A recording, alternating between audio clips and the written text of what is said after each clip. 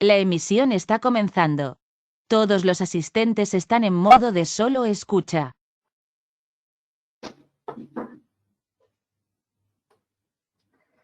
Okay, perfect. Welcome. Good morning, everyone. Paul, can you confirm if you can see only my screen, my presentation, and you also see the management panel, just to be sure? Yes, that I can confirm. We can hear you correctly, and we can see your screen. Okay, without the management panel of the webinar, right? Yeah, that's what I. Okay, just to be sure. Okay, great. Let me close this one. Okay.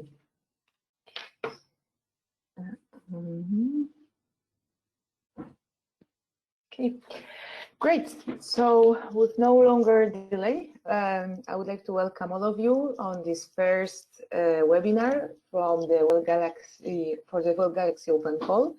We're very glad that you're interested in this second open call. And today is as this is the first webinar, we are going to, I'm going to introduce you the main rules, the main idea, also the support program. So this is the general overview webinar. And of course, we have a serious webinar. So in the next one, we have also the technical focus, and the last one for the final tips. I will tell you about it later. So for now, as I mentioned, we'll tell you a little bit more about who is the profile of the beneficiary for the WeldGalaxy Open Call, what are the benefits from the support program, what will be the selection process, and also how to write the winning proposal based on the first open call winners. So because as you know, this is the second open call and the last one. So I believe it will also help you to see who we have selected in the first open call. And of course, at the end, you can ask questions. So for now, during the presentation, I will ask you to write your questions in the chat. Okay, Paul is from Funding Box is with us. Hello, Paul. and he will help us, okay, with the technical, and also he will lead the Q&A at the end. Okay, so as I will be presenting, I will not be able to see the chat, but Paul is, to have a full attention. Okay, so yeah, to start with, okay, the next slide about me. I'm the senior project manager from Funding Box, and in WeldGalaxy, we are leading the open call management and the dissemination. But on top of that, I'm also involved in the robotics projects, in the photonics and manufacturing projects like Pulsate and with AI. So if you're interested in more options, also drop me a line on the LinkedIn. And for the Funding Box, as I mentioned, we are coordinating the open calls in WeldGalaxy.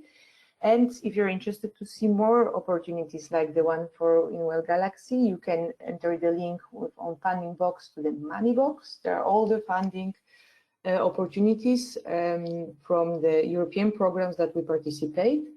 And as the word of introduction, we are one of the biggest deep tech communities, okay, which we try to connect with European projects, with corporates, and with the investors for our community, to create the Funding of Champions deal, and how we call it. And we are engaged in around 48 projects, coordinating some of them, and well, from the robotics, next generation internet, digital innovation hubs, or artificial intelligence. And here in WeldGalaxy, even though it's not under I4MS initiative, but we are very strongly connected, because also the manufacturing sector is one of the focuses of the WeldGalaxy program. So now to the point, what is WeldGalaxy? So it's a project that has started in 2018. So we already, already work since a few years within the consortium of these partners listed here. So the project aims to create the online platform, and this is its main objective. Okay, that will bring together the buyers and the users and the sellers within the welding sector to enhance the visibility of the welding and competitivity within the global users. And this consortium, is led by the coordinator, which is the TWI from United Kingdom, which is like the leading institution for the welding industry. And well, many universities and like Polytechnic from Madrid or Lola University from Sweden that are working on creating this platform and making it happen. Okay, so that is the main objective. And when talking about WeldGalaxy platform, of course, as this is the main goal, I'm glad also to announce that the platform is already in alpha version, so you can also enter the link and see this progress that we made in the last years. And what is important here for you to know is that the selected pilots, those that are selected through the open calls, will become beta testers. Okay, so the first open call beneficiaries has already provided us some feedbacks, and we're working also partially. Well, we had some webinars and consultations with them to improve this platform. So this is like from the project point of view, that is why the pilots are supported. But of course, as the project wants to impact the welding industry in general, that is why we also want to support the innovations in the arc welding industry. So that is why we have 2.5 million euro of the funding for the selected pilots that will be selected for 2 open calls. The first open call from last year selected 10 pilots. In this one, we will select 15. And as I mentioned, we are 11 partners that will provide the support to those selected pilots in the 6-month program that is mostly focused on the technical and business support. Of course, the strongest part of the support is the technical support from industry experts from TWI. So this will last during all the 6 months of the support. You will have assigned the technical mentor that will help you to improve your technical solution.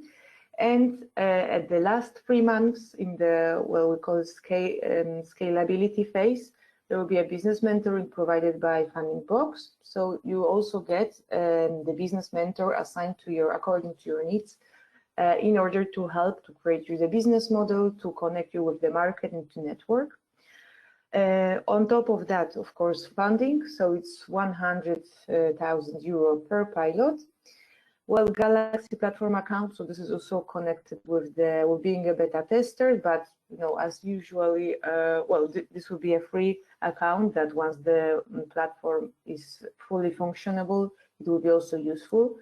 A media exposure, of course, as being under the European Commission project, and access to private and public investment through the Funding Box community and connections that will be made through the business mentoring. So many benefits for the 6-month project. Here is in short, like to show you how it looks like. So there is all the selected pilots, sorry. We'll start with the welcome event. Well, in September, we will see, of course, if it will be presential or online. In the first edition, we have to do it online. Then you have 2 weeks to prepare the individual mentoring plan with your technical mentor, so to establish the goals and KPIs for these 6 months. Then you start with the implementation phase, focus on technology, discovery and development. And then the last 3 months, the technology goes in parallel with the business mentoring to reach the final goal of 6 months. So that is about the benefits and the program. How to apply?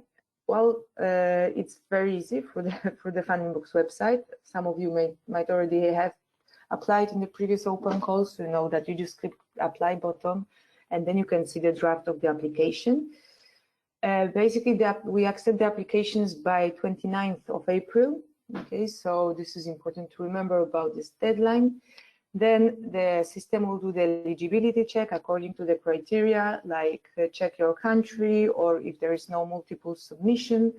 So this will be like the basic criteria that we have to check. And then those that are eligible will pass to the experts evaluation. So we have a pool of the welding experts from the industry that will evaluate your proposal according to excellence, impact, and implementation, okay, criteria that are also described in details in Guide for Applicants. And based on that, the final ranking will be created, which will be discussed on the final consensus meeting among WeldGalaxy partners, just to validate that that this ranking is according to the project scope. And the 15 selected pilots will then pass to the final stage, which is the subgrant signature. Of course, before that, there is also an element of legal, we call it legal check, okay, and that is when we'll also review if your company has an SME or mid-cap status, or well, if you're legally able to sign the subgrant agreement. Okay, so and then at the end of July, we'll plan to have all the grant agreements signed with all beneficiaries, so you could start the support program. Yeah, this slide should be actually before, just to show you how easy it is to apply. So this is the link. You click apply now, the draft opens, and then you can fill it out. Of course, before you start to filling the application, please go to guides and documents section and read the guide for applicants, which is like the most important document to start with. But then you also have another support documents like frequently asked questions, where you can see more details about some of the aspects. You can also see there we have left the question asks during the first open call by the applicants, so that document is updated. And also you can ask the questions in the help desk, which is the direct public space to ask questions about the open call. So there are many ways to reach us and to get help. As from these helpful tips, of course, on top of submitting everything before deadline, there is important option also on the platform. From the technical side, you can add contributors. So if you will apply as consortia, you can add people to contribute or to fill some of the sections. And also what is important, that you can always edit after the submission, but until the deadline. Okay, so sometimes it might happen while you submit on like 5 days before the deadline, you can still edit it until the final deadline when everything will be closed and you can no longer edit the application. And now who can apply? Just to check if you're eligible. So first of all, it's important that the scope is arc welding. Okay, so sometimes the welding is the wider scope, but we are limited to the arc welding solutions. And of course, well, this is what is described in the guide for applicants, and which is usually also described in European Commission, European programs, like disruptive, innovative solutions. But what I would like to underline here is that the innovation can be shown in terms of equipment, consumables, or processes. Okay, so it can be either the product, but it can be either the process. Okay, and actually in this open call, I have to say that the processes are the most desired one, even though there is no additional points for that. But the processes is something that is seen as, I would say, the most innovative part from the evaluation point of view. So this is important, but it can be equipment, it can be a product, or could be a process. And from the legal point of view, so you can apply as the single applicant or by consortium, under the condition that you always have to, well, if you're a single applicant, you need to have a status of SME or mid-cap. Okay, so this is the minimum. If you apply as the consortium, you have to make sure that you have at least one SME or mid-cap in the consortium. Okay, but you can have then another company that applies with you, as long as 60% of the budget is assigned to the SME. Okay, so this is also important, that then you can see it in the guide for applicants. And here, well, for those that you don't know, the two main criteria that are evaluated when checking the SME or mid-cap status are headcount and annual turnover. Okay, so for the, I would say the top, which is established here with the mid-cap, will be 3,000 employees, and for annual turnover there is no limit. Okay, for SME the limits are a bit they are lower. And what is important to remember when you are evaluating your SME and mid-cap status, is to also remember that if you are a subsidiary of a bigger group of companies or you partner with another companies, always also have a look on that, okay? Because sometimes we had cases that indeed companies were applying by SMEs, but they were subsidiaries, and yeah, the status was not possible to confirm the SME status by this. Then as for the roles, as I mentioned, well, you can apply with the product, you can apply with the process, but if you apply as the consortium, it is always very nice, because then the impact section is actually very much better proven, right? Because if you can prove that your technology supplier and your technology has actually the adopter or end user that apply with you within this pilot, of course, that makes the impact of your technology stronger. So that is why we really invite you to apply with the consortia, but of course, this is not the requirement. So you can be a solo technology supplier applying with your solution, and we also support you with that. But there are the roles in Guide for Applicants that you can see that are identified. And we received many questions in the first open call about research and technology organizations. So those can join the consortium, but only as the subcontracting category. Okay, so this is important to remember about that. Yeah, they can join, but you just have to include them in subcontracting, not as a partner of the consortium. Then for the countries, the standards, so European countries and associated, and of course was also many questions related to Brexit, but UK is also eligible. Okay, so this is just to let you know. And when writing the application, you will have to focus also on the technology, on the technological challenges. There are 5 of them identified by the consortium. So you have to make sure that your proposal reflects or at least one of these technological challenges. Okay, so this will be also evaluated by external experts. So please make sure you include at least one. You can include more. Okay, so a minimum 1 is required, and also the minimum level of TRL, of technology readiness level, is between 5 and 7. This is also important in excellence section of the application form. You should prove also that you will have to mark your TRL level, but it's important to express or explain that you are actually on this level in the excellence section of the application form. Okay, so this is also something you should remember about. And for funding, so just remember that to avoid the double funding rule, okay, so in case if your pilot or your technology was founded in another project, please make sure that the tasks that will be performed with WeldGalaxy will not, that the cost will not cover the same tasks, okay, so this is something that we also sometimes ask additional questions during the legal check, to provide us the explanation if your technology was founded by previous project, to prove that actually you will found something new with WeldGalaxy, that it will not cover the same tasks, or if you are participating in some other projects in the same time. Okay, so this double funding rule is important to take into account. And the beneficiaries from the first open call are not allowed to apply, but there are only 10, so I guess they will not. And also, as I mentioned, the overall budget allocated to SME or mid-cap should be greater than 60%. Okay, so this is important to remember about.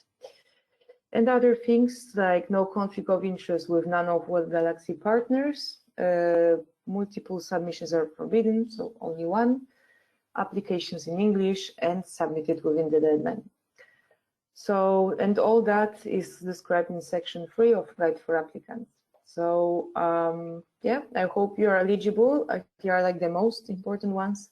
So make sure that your technology can reflect on arc welding, so it's within the scope, that replies to one of the technological challenges, at least one, that is between TRL level from 5 to 7, and that you're able actually to prove it in the application form.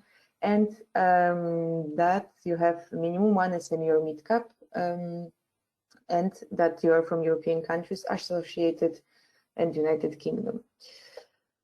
So that's for the eligibility. For the application form, so yeah, it has 8 sections, but then those that the real proposal is formed from is the excellence, impact, and implementation. Okay, the rest is basically contact informations, statistics, or personal data. But those 3 are those that will be scored. Okay, and based on which the external experts will make the ranking. And of course, each of them is described in detail in Guide for Applicants, so you can actually see what will be evaluated. But yeah, I would like to take some time also we still have time, to tell you a little bit more, like what to include to actually improve on each of these sections. So for excellence, you will be asked to write the innovation about your technology behind your pilot. Prove the TRL level, that's what I already mentioned, to connect to at least one of the technology challenges listed in Guide for Applicants, and to show so-called state of art for the arc welding process. Okay, so this is very focused on your innovation and on the technology, what makes it so special. Then for the impact section, it's more on scalability and on like really impact on the market. Okay, so you should show there the example of the end users or clients that might adopt your technology. So that is what I mentioned. It's good to apply with the consortium and have end user already included in the pilot, but it's not obligatory. So if you don't have the adopter in your consortium, you should just write here the examples and prove that your technology can reach the end users and the market. Market potential competition, this is important, and differentiation. Your initial business model will be as the service, or you will sell the product. What is your idea to go to the market? And what would be like, if there is like, if your product or process can also help with the standardization, or with or if you also have some connection with academia and industry, this is also where you should include that. And at the end, also as the standard European impacts that projects should reach, there's also a section to include environmental impact, equal opportunities, and social impact, which are also important if you have any to underline there to make the chances bigger. And for the implementation, here you will focus on like telling us what you actually need, what is the support. So you have to think about some main actions that you want to perform with this pilot per 2 stages. Okay, so a list of like tentative tasks. It's a bit what you plan to do. What are the KPIs that you want to reach through the 6 months of the program? So are they ambitious, but also are they realistic? And are they measurable? So here I recommend you to look for the SMART rule for KPIs. Then also to tell us about the risks and the mitigation, like if you foresee any. And what kind of technical support will you need? Of course, we are aware that you do not have a full picture of all the services, but it will be good to tell us, actually, don't be shy, I'm always saying, and tell us what you actually need to also measure if the pilot can be implemented and if it can happen and get the support. Then, of course, the team. This is very important to see who is behind the idea and what is the experience. And then it's also the budget, which you should include in the implementation section. And for the budget, there are very standard categories, which is the personnel costs, which includes the calculation for all the people that you will engage in the pilot, travel costs, which, well, now with COVID are quite limited, but at least try to assume, if you will need some, consumables, and subcontracting, okay, which should not exceed the 15% of the total costs. If you have problems in like getting the average for these costs, you can use the Marie Curie program's average costs. Okay, this is usually like the one that in most projects, if someone has no idea where to start from, we usually recommend to see that one. But of course, those of you that already know can also use your general practice and calculations for the budget. Then that's it for the application form. As I mentioned, there are many ways to get help. Read guide for applicants, read the FAQ. This is the first step. Then if you need any more, or if you have any more questions, just drop us a line by email, okay, to this email address here, or ask your questions directly in the open call help desk. Okay, so these are the main ways you can get the support from, and we also organize more webinars. This is the first one to help you to understand better the project and the requirements. We also have the WeldGalaxy Community, where we gather all the community during the project. So we also invite you to join. And at the end, yeah, I left the final slides for the success stories, just to show you who we have selected. In the first open call, we had the 34 applications submitted from 19 countries. So it was very diverse. That was very nice. And we have selected these 10 companies that, well, they are in very big range. You can actually also see them directly on the open call website. So some of them do the machine learning for the welding configurations like Trilogy. Some of them work with wire arc additive manufacturing tools like MX3D.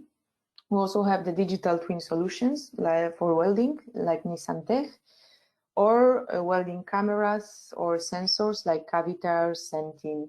So there's a big range of different solutions that were accepted, and they are now finishing their journey in support program, because at the end of March the support program will be finished. And we actually would like to invite you to the webinar, well, the second webinar. We called it WeldGalaxy Innovation Day because it will start with the presentation of the technical coordinator of the WeldGalaxy. So you tell a little bit more about this technical part of the open call and the requirements. But then we'll have invited all the companies that were supported in the first open call to present their solutions and innovations. So you can register to that. You can join us only at the beginning or at the end, but we really invite you to come and to see and to hear from them how it went, and also to meet the technical coordinator in case you have more specific questions. And then, of course, at the end, well, approaching the deadline, we'll have like a final tips webinar based on questions gathered through the open call. So we also invite you to sign up. All the links will be available on our open call website. And I believe that's it for the presentation. We have now some time for the questions and answers. So Paul, are there any doubts from the participants? Yes, we have a few questions, so I'm gonna mention them. So the first one coming from Eileen is the following: will you be processing the applications on the go, or will they be all processed after the deadline on the 29th of April? After the deadline. Yeah. So the deadline is 29th. Everyone should submit until then, and that is when we will start the evaluation process that will take 1 month. Okay, so the external evaluation and the consensus. Yes. Okay. Then a couple of questions from Marco. Is the TWI collaboration compulsory or optional? Well, it's compulsory because they are the ones that are providing the technical support. So if you do not want to collaborate with TWI, then it will be difficult, because you have the technical mentor that will actually will lead you through the process, who will evaluate your process. So this is like the This is the clue of the support program. So I would say it's compulsory. Right. And then, so in the case of the various entities obviously collaborate with TWI, how would the TWI support the beneficiaries? Yeah, so that's what I said. So there is one expert assigned. So there is like the person that helps you to prepare the individual mentoring plan and that guides you through the process during the project. But also, well, the plan, it depends also on the accessibility, but also they can provide you, for example, facilities to test your solution. Okay, so this mentor assigned from TWI helps you to define like what support they can provide you internally. But as you know, TWI has a lot of opportunities, and from the first batch, everyone were very happy, even though they were not fully able to use the facilities, but they made some simulations on the TWI tools. So basically, they are very willing to help you with everything they can to make the pilot. And also what is important, because TWI is a huge institution, here one detail, the collaboration in this project and well, the support is provided only by the one from UK, okay, from Cambridge. So this is also important that all the mentors or the facilities or all the support is provided by Cambridge UK TWI institution. Okay, so this is also, hope clarifies. Okay, and more details in any case will be given about the support program in the second webinar, correct? Okay. Yes, as there will be actually the technical coordinator presenting, he will for sure, you know, he's the one that is leading this technical part. So I'm sorry if I'm not able to answer that clearly, but yes, on the second webinar he will be showing that, and also the pilots will tell you a bit more what they received. So I believe, yeah, we invite you there. Okay, then another question from Sam. Is there an expectation for the final TRL level of the project? Yes, so for applying, it's between 5 and 7, but our goal is to reach, well, to help you to raise 1 TRL more. Okay, so of course, everything depends on what will be the technology you apply with, but the general goal is to help you to raise 1 TRL at least.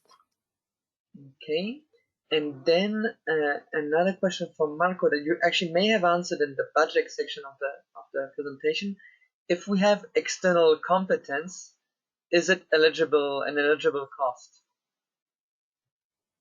If we have external, I don't understand.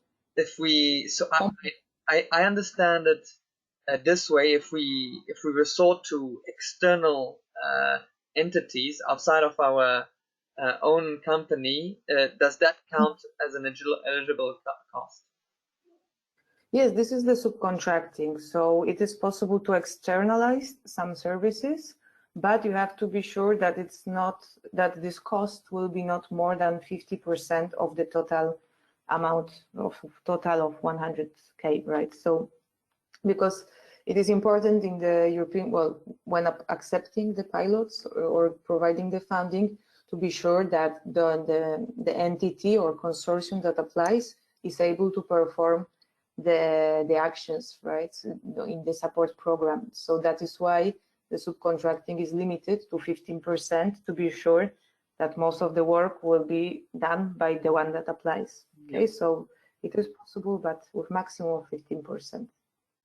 Okay, Marco, I'll just give you the floor just to make sure that this answers your question. Is it clear for you, Marco? Yes, yes, we are here.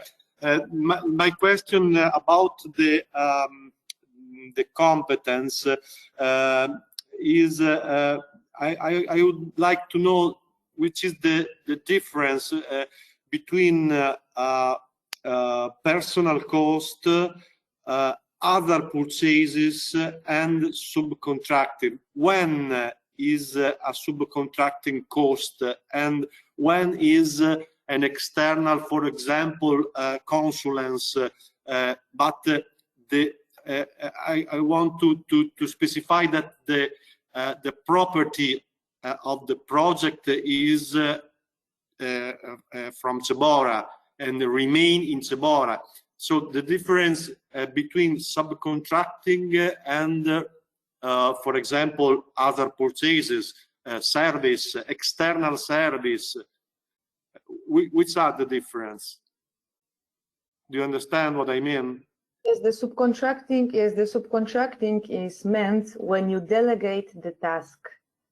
Okay, so it means that you have planned the pilot, you have listed the tasks for the 6 months of support, and you will delegate one. So it happens, for instance, in the first batch, I think, with someone actually included a research center that was doing one crucial thing in the plan that had to be delivered. Okay, so that's, of course, it was maximum 50%, so it was allowed. So, you know, they just did it, but, you know, it was part of the plan. And then the services or purchases, these are that you need to execute the pilot, are just under other costs. Okay, so personnel, of course, personal costs are people who are hired in your company. Okay, so this is also important. You know, so this is your own cost of personnel that is involved in the pilot. Other costs are the services or purchases that you need to perform the pilot. Okay. And subcontracting is when you delegate. Okay, thank you. Thank you.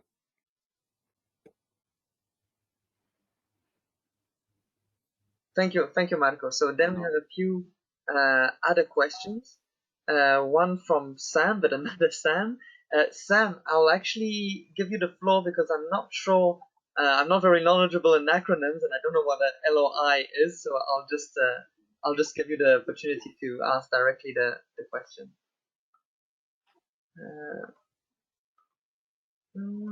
Just a second. It seems that LOI probably is letter of intent, right? Yeah. But possibly I cannot for some reason. Oh yeah. Okay, he confirms. Okay, good, because for some reason I can't give him the mic. So I'll ask the question directly to you, Isa. To show demand for the envisioned solution, is there a place on the application portal to include the letter of intent from customers and end users? no, there is no place to submit letter of intents. So yeah, you just have to write it in the impact section, where you have to include the end users or your collaboration with industry. There is there is very limited space for submitting anything in the application. There is only one space where, as far as I remember, you can submit a short picture or explanation of the technology. And I think it's in the excellence section, but otherwise it's quite limited. And also, just for the notice, feel welcome to open the application, and then if you open, then it's nothing happened if you don't submit. So go there, explore, and don't be afraid to click apply now button. So we really invite you to explore it and check what's there without any consequences. Okay. Then another question from Serdar. Would additive manufacturing with wire feeding be considered in this project? Example, laser or electron beam techniques. So is this a bit technical for you, Isa, or would you be able to answer? It's a bit technical, but I'm getting better with the second open call. But I cannot give the 100% answer for that. So I'm sorry. As far as I remember from the first open call, because we had also the similar question for similar technology, I recognize was no. But if possible, as I mentioned, after this webinar, all the questions, especially those technical ones, we'll gather them and we'll answer them. So we'll send you the follow-up after the webinar. Okay, so if that question is included in written, then I guarantee that you will receive the answer. And if not, you can also join the webinar 26. And if not for the laser, I also have another opportunity. So if not the WeldGalaxy, then we have another project for this kind of technology. So we'll keep in touch for sure with that. All right, and well, that was the last question. So far, no other questions. Yeah, for this last one, I will really follow up. Well, for all of them, we'll include them in the frequently asked questions, and we'll send you the email after all. So if like any answer was not clear, you'll receive it by email. And of course, I invite you to the next webinar where you can actually directly speak with the technical coordinator, so with the expert. And well, if that's all, then please remember to apply. There's still plenty of time, so you can discover the application form, prepare it, ask us questions, join the webinars. So let's keep in touch, and please let us know if we can help somehow. Thank you. Thank you, Isa.